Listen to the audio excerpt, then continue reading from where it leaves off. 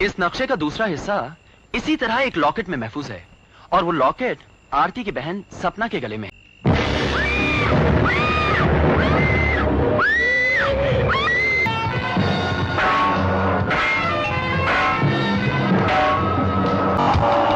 ऐसा इल्म दुनिया के मालिक,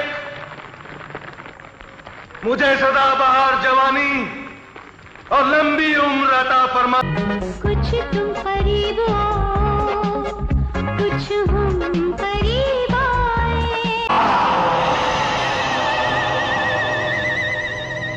अच्छा, तो यही है तेरा वो शैतान देवता जिसको तू जिंदगी भर पूजता रहा और इस नापाक लाश पर न जाने कितने मासूम इंसानों की बलि चढ़ा चुका। मैं तहखाने में पहुंची, मैंने वहां छुपा हुआ खजाना भी देखा। शकाल उसे लेने वाला था, लेकिन हुआ क्या?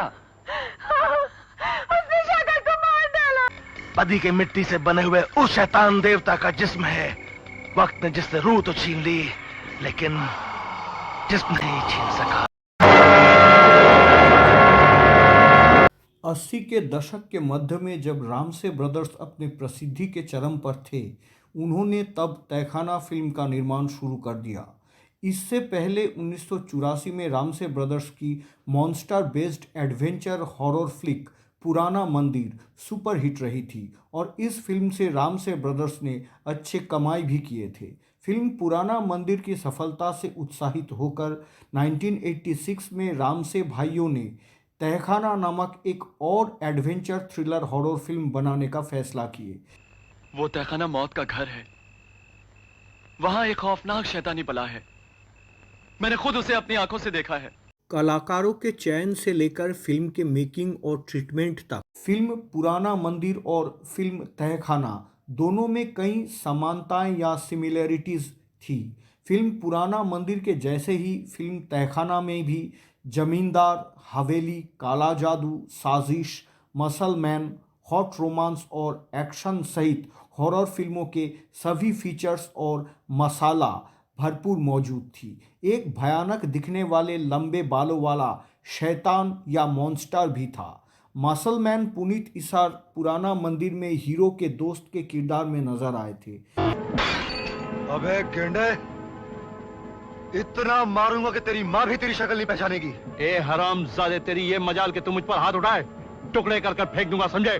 टुकड़े तो मैं तेरे फिल्म तहखाना में भी पुनीत उसी लुक और मिजाज में नजर आए थे।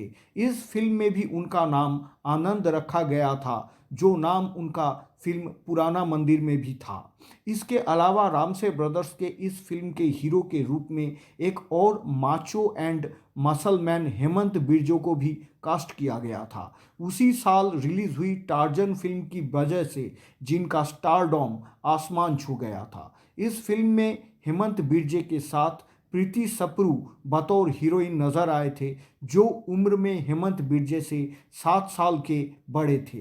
फिल्म पुराना मंदिर की ही हीरोइन आरती गुप्ता फिल्म तहखाना में भी बतौर हीरोइन नजर आए थे।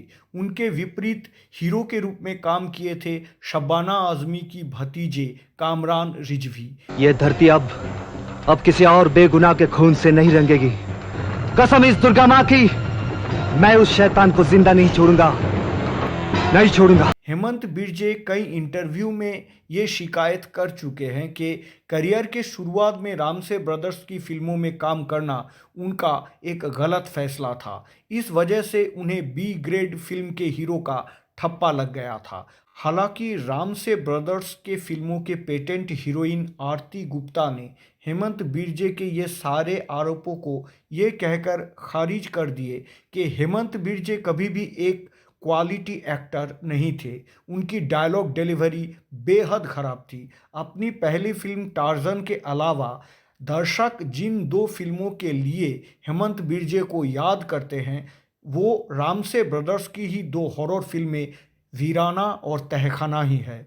गौरतलब ये है कि टार्जन की रिलीज़ के बाद हीरो के रूप में हेमंत बिरजे की दूसरी फिल्म थी तहखाना। और ये फिल्म साइन करने के लिए हेमंत बिर्जे के गॉडफादर और टार्जन फिल्म के प्रोड्यूसर और निर्देशक बब्बर सुभाष हेमंत बिर्जे से काफ़ी नाराज़ हुए थे।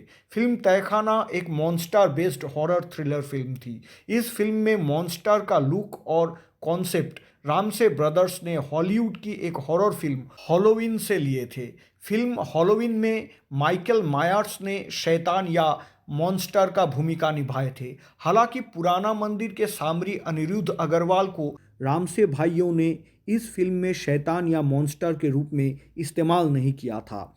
60 फीट लंबे शमसुद्दीन ने फिल्म तहखाना में शैतान बनकर दर्शकों को खूब डराया, जिन्हें हमने समीर हिंगोरानी के फिल्म कातिलों का कातिल में रीचा के रूप में देखा था। शमसुद्दीन हिंदी फिल्मों के मशहूर गुर्गे या हेंचमैन रह चुके थे। उन्हें रामसे ब्रदर्स की फिल्म टेलीफोन और वीराना में भी देखा गया था। शमसुद्दीन का किरदार फिल्म हैलोवीन जैसी हॉलीवुड हॉरर फिल्मों से काफ़ी प्रेरित था। हैलोवीन का मेन मॉन्स्टर माइकल मायर्स भी लंबे चौड़े और विशाल चेहरे के थे। फिल्म तहखाने में दिखाए गए मॉन्स्टर या शैतान का मुखौटा या mask famous British mask maker Christopher Tucker द्वारा तैयार किया गया था। ये मास्क लेटेक्स और उम्दा किस्म के रबर से तैयार किया गया था। वीना चेलारमानी, पीयूष कांति रॉय और श्रीनिवास रॉय फिल्म तहखाना में दुर्जन सिंह द्वारा पूजे जाने वाले शैतान देवता के मेकअप के प्रभारी थे। मॉन्स्टर का हेयर स्टाइल पर काम किए थे वीना चेलारमानी जी और मॉन्स्टर के फेस पर काम किए थे पीयूष कांति रॉय और श्रीनिवास रॉय। फिल्म में दूसरे अहम भूमिकाओं में त्रिलोक कपूर, इम्तियाज़ खान, अमरनाथ मुखर्जी, राजेंद्र नाथ, हुमा खान, नरेंद्र नाथ और शीतल नजर आए थे। रामसे भाइयों को ये उम्मीद थी कि फिल्म तहखाना को उतनी ही कॉमर्शियल सक्सेस या व्यावसायिक सफलता मिलेगी जितनी उन्हें फिल्म पुराना मंदिर से मिली थी। रिलीज़ के बाद तहखाना की बॉक्स ऑफिस रिपोर्ट ने उन्हें निराश भी नहीं किया था। हालांकि पुराना मंदिर जैसी तो नहीं, मगर तहखाना एक हिट फिल्म तो ज़रूर थी और हॉरर फिल्म प्रेमियों के लिए इस फिल्म का इमोशन और आकर्षण आज भी वैसा ही है जैसा कि इसके रिलीज़ के वक्त था। इस पर एक नक्शा बना हुआ है जो गंगापुर के हवेली के तहखाने के अंदर जाने का रास्ता बताता है। उस तहखाने में आरती के पिता रघुवीर सिंह का करोड़ों का खजाना छुपा हुआ है, लेकिन उस खजाने तक पहुंचने का यह अधूरा नक्शा है। तहखाना शब्द का अर्थ होता है गुप्त कक्ष या खुफिया कमरा। प्राचीन काल में राजा महाराजा और बाद में ठाकुर या जमींदारों अपनी पीढ़ियों से जमा की गई संपत्ति और सोना, खजाना आदि को छुपाने के लिए खुफिया कमरा बनवाते थे। उन गुप्त कमरे का स्थान कैसे पता करना है और प्रतीक या संकेत के सहायता से उसका दरवाज़ा कैसे खोलना है, इसे वे एक नक्शे में खुदाई करके रख देते थे। उस नक्शे को पीढ़ी दर पीढ़ी सौंप दिया जाता था। इस फिल्म की कहानी डॉक्टर जे.के. आहूजा ने लिखी थी, जिन्होंने रामसे ब्रदर्स के लिए फिल्म पुराना मंदिर और बाद में वीराना और पुरानी हवेली जैसे सफल फिल्मों के स्क्रिप्ट भी निर्माण किए थे। फिल्म की स्क्रिप्ट रामसे ब्रदर्स के सबसे बड़े भाई कुमार रामसे द्वारा लिखा गया था और डायलॉग्स लिखे थे काफिल अजहर साहब। रामसे ब्रदर्स की फिल्म में गाने की संख्या भले ही कम होती हो, लेकिन गुणवत्ता बहुत ऊंची होती थी। नजरों से आज नजरें और दिल से दिल मिलाए। मशहूर गीतकार योगेश जी ने फिल्म तहखाना में अजीत सिंह के कॉम्पोजिशन में 2 गाने भी लिखे थे। जो करना है यार करेंगे, अगर देख कर लोग जलेंगे उनको जलने दो। फिल्म तहखाना के डरावने दृश्य या हॉरर सीक्वेंस बहुत ही अच्छे थे और बैकग्राउंड म्यूजिक उन सारे सीक्वेंस पर बिल्कुल फिट बैठा था। जैसे कि तहखाना फिल्म की कहानी थी, उस कहानी का हिसाब से प्रॉपर सेट या प्रॉपर लोकेशन को भी चॉइस करना बहुत ज़रूरी था। रामसे ब्रदर्स ने फिल्म की शूटिंग महाबालेश्वर के ईजल पैलेस और विष्णुपद मंदिर के अंदर किए थे। कुछ सीक्वेंस को महाबलेश्वर के सरकारी गेस्ट हाउस और होटल अनारकली में भी फिल्माया गया था। फिल्म की कहानी एक मरते हुए जमींदार या ठाकुर से शुरू होती है जो अपने पुश्तैनी हवेली में अपने मौत से ठीक पहले अपने ही लिखी वसीयत को सुन रहा है। वसीयत के अनुसार उस ठाकुर ने अपने सारे जायदाद अपने बड़े बेटे रघुवीर सिंह के हवाले कर देते हैं और अपने छोटे बेटे दुर्जन सिंह जो काला जादू करता है और शैतान का उपासक है उसको वंचित कर देते हैं। तुम मुझे क्या बेदखल करोगे बुड्ढे? मौत खुद तुम्हें दुनिया से बेदखल कर रही है। जलील, कमीने, बेहया, तुम्हारी ये हिम्मत, निकल जाए यहाँ से। पिता के मौत के बाद ठाकुर रघुवीर सिंह ने इस जमींदार परिवार के तहखाने में छिपी खजाने के नक्शा को 2 हिस्सों में बांट देते हैं और इसे अपने 2 बेटियों के गले में लॉकेट की तरह पहना देते हैं। दूसरी ओर दुर्जन जायदाद से वंचित होने के बाद बहुत क्रोधित हो जाता है और ठाकुर रघुवीर सिंह के 2 बेटियां सपना और आरती का अपने शैतान देवता के सामने बलि चढ़ाने के लिए अगवा कर लेता है। लेकिन उसी समय रजवाड़े के सेनापति मान सिंह ने अपने सेना के साथ ठाकुर की 2 बेटियों में से छोटी बेटी आरती को दुर्जन के खुफिया डेरे से छुड़ाने में कामयाबी हासिल करता है और दुर्जन को वो कैद भी कर लेता है। झड़प के दौरान ठाकुर रघुवीर सिंह की बड़ी बेटी सपना जंगल की ओर भाग जाती है और लापता हो जाती है। उस झड़प में ठाकुर रघुवीर सिंह भी बुरी तरह से घायल हो जाते हैं और उनकी मौत हो जाती है। अपने मौत से पहले ठाकुर रघुवीर सिंह ने अपनी बेटी आरती के देखभाल का जिम्मा अपने भरोसेमंद सेनापति और दोस्त मान सिंह को सौंप देते हैं। इसके बाद सेनापति मान सिंह ने उस शैतान दुर्जन को तहखाने के बगल के काल कोठरी में बेड़ियों में जकड़ देते हैं और उसे उसके आराध्य शैतान देवता के साथ हमेशा के लिए कैद कर देते हैं। उस समय दुर्जन सिंह मान सिंह से कहता है कि वो इतनी आसानी से नहीं मरेगा और जिस दिन वो स्वैच्छिक मृत्यु का चयन करेगा उसका आराध्य शैतान देवता उसी दिन जाग जाएगा और तब से जो कोई भी खजाने के तलाश में या लालच में इस तहखाने के अंदर प्रवेश करेगा वो शैतान उसे बहुत ही क्रूरता और बेरहमी से मार डालेगा। इस घटना के बाद 20 साल बीत जाता है। ठाकुर रघुवीर सिंह की छोटी बेटी सेनापति मान सिंह के पनाह में पलती बढ़ती है। वो विजय से प्यार करती है। कालांतर में सेनापति मान सिंह भी बीमार हो जाते हैं। मरने से पहले वो आरती, उसके प्रेमी विजय और उनके दोस्त आनंद को बीजापुर में ठाकुर की पुश्तैनी हवेली, आरती की लापता बहन सपना और तहखाने में छिपे खजाने के बारे में सब कुछ बता देते हैं और आरती को तहखाने के नक्शा का एक हिस्सा सौंप देते हैं। उस समय मान सिंह का भतीजा शाकाल भी आरती की शुभचिंतक बनकर सब सुनता है। इसके तुरंत बाद विजय, आरती और आनंद ने बीजापुर की हवेली में जाने और तहखाने से खजाना निकालने की कोशिश करने का फैसला करता है। इसी बीच 20 साल तक उस तहखाने के अंदर कैद हुए दुर्जन सिंह ने स्वैच्छिक मौत को अपना लेता है और मरने से पहले उसने काला जादू के मदद से ताबूत में अपने आका उस खौफनाक शैतान देवता को जगा देता है।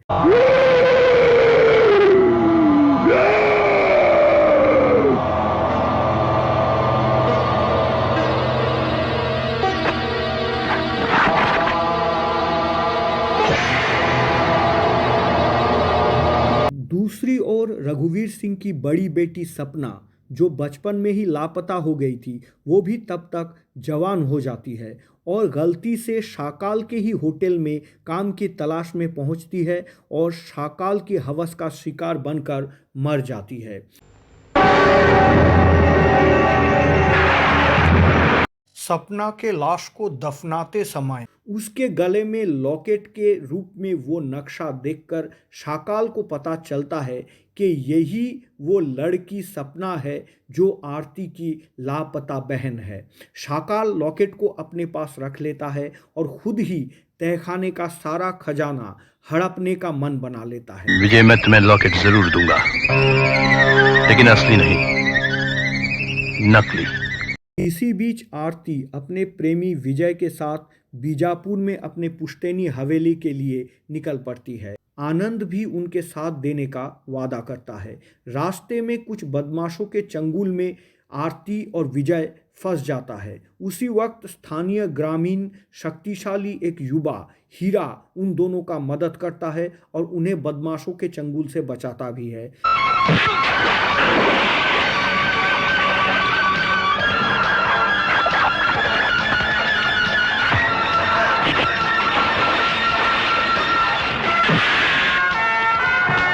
दोस्ती हो जाने के बाद हीरा भी अपने प्रेमी पन्ना को लेकर विजय और आरती के इस साहसिक काम में मदद करने के लिए बीजापुर में आरती के पुश्तैनी हवेली में हाजिर हो जाता है।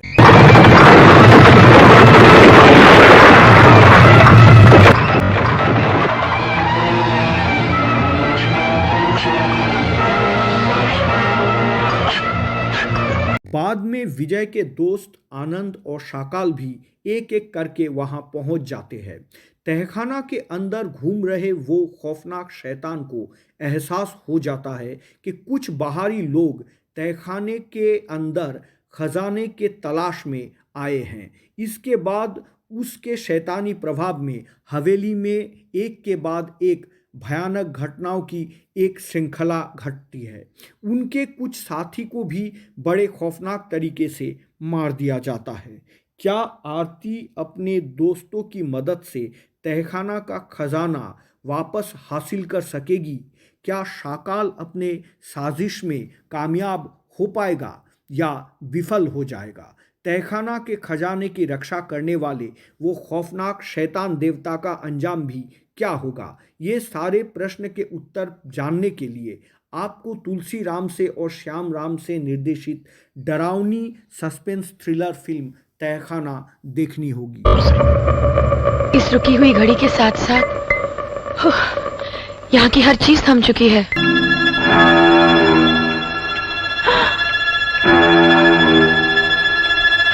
तहखाना एक ट्रेडमार्क और टिपिकल रामसे जॉनर की फिल्म थी।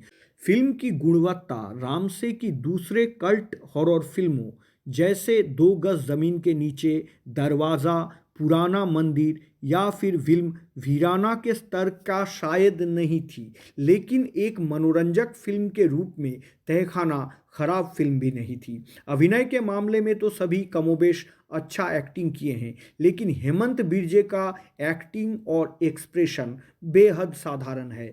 बीजापुर के ठाकुर के पुश्तैनी हवेली के रूप में ईजेल पैलेस कुछ हद तक असंगत रही। यदि रामसे ब्रदर्स ने इस फिल्म में भी जंजीरा स्थित मरूद पैलेस का इस्तेमाल हवेली के रूप में किया करते तो हवेली के अंदर फिल्माए गए डरावने सीक्वेंस भी थोड़ी अधिक जम जाती।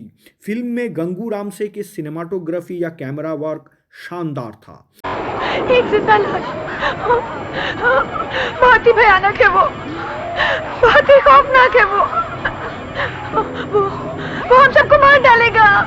इस हवेली को फौरन छोड़ चलो। पूरे फिल्म में रामसे ब्रदर्स के वो ट्रेडमार्क हॉरर बैकग्राउंड म्यूजिक का उपयोग खूब किया गया है। जिन लोगों ने अभी तक ये फिल्म नहीं देखे हैं उन्हें ये फिल्म ज़रूर देखनी चाहिए।